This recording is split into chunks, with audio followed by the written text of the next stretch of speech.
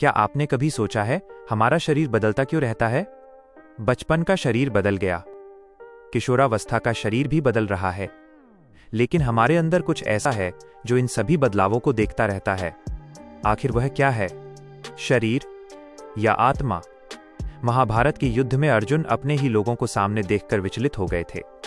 उन्हें लगा कि अगर ये लोग युद्ध में मारे गए तो सब कुछ समाप्त हो जाएगा। तभी भगवान श्री कृष्ण ने उन्हें आत्मा का ज्ञान दिया। भगवद गीता के दूसरे अध्याय में श्री कृष्ण बताते हैं कि आत्मा का न तो जन्म होता है और न ही उसकी मृत्यु होती है। मृत्यु शरीर की होती है, आत्मा की नहीं। सोचिए, एक बच्चा धीरे धीरे बड़ा होकर युवा बनता है, फिर वही शरीर वृद्ध हो जाता है। शरीर लगातार बदलता रहता है, लेकिन इंसान के भीतर एक अनुभव बना रहता है कि मैं वही हूं।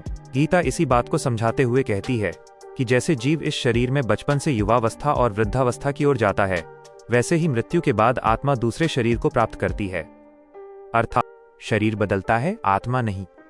श्री कृष्ण आत्मा और शरीर के संबंध को कपड़ों के उदाहरण से समझाते हैं। जिस तरह इंसान पुराने वस्त्रों को छोड़कर नए वस्त्र धारण करता है, उसी तरह आत्मा पुराने शरीर को छोड़कर नया शरीर धारण करती है। लेकिन सवाल अभी भी बाकी है, अगर आत्मा शरीर नहीं है तो फिर मैं कौन हूं? हम कहते हैं मेरा शरीर, हम कहते हैं मेरा मन, हम कहते हैं मेरे विचार। तो फिर वो कौन है जो शरीर, मन और विचारों को अपना कह रहा है?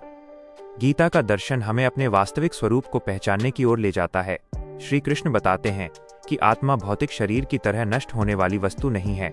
उसे हथियार काट नहीं सकते, अग्नि जला नहीं सकती, जल उसे भिगो नहीं सकता और वायु उसे सुखा नहीं सकती। लेकिन अगर शरीर अस्थायी है और आत्मा शाश्वत है, तो हमें जीवन कैसे जीना चाहिए? भगवद गीता हमें सिखाती है कि अपने कर्तव्य से पीछे मत हटो, अपने कर्म को ईमानदारी से करो, परिणाम की चिंता में स्वयं को मत जलाओ। क्योंकि जब इंसान केवल शरीर, पैसा, सम्मान और परिस्थितियों को ही अपना सब कुछ मान लेता है, तब डर, मोह और चिंता उसे परेशान करने लगते हैं। लेकिन जब इंसान अपने वास्तविक स्वरूप को समझने की कोशिश करता है, तो उसके भीतर एक अलग प्रकार की शांति आने लगती है। शायद इसीलिए भगवद गीता केवल मृत्यु के बारे में नहीं बताती, वो हमें जीना सिखाती है।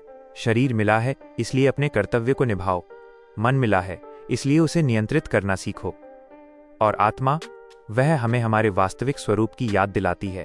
तो अगली बार जब आप आईने में खुद को देखें, सिर्फ अपने शरीर को मत देखिए। एक पल रुककर खुद से पूछिए, मैं वास्तव में कौन हूं? शायद यही सवाल आत्मज्ञान की शुरुआत है।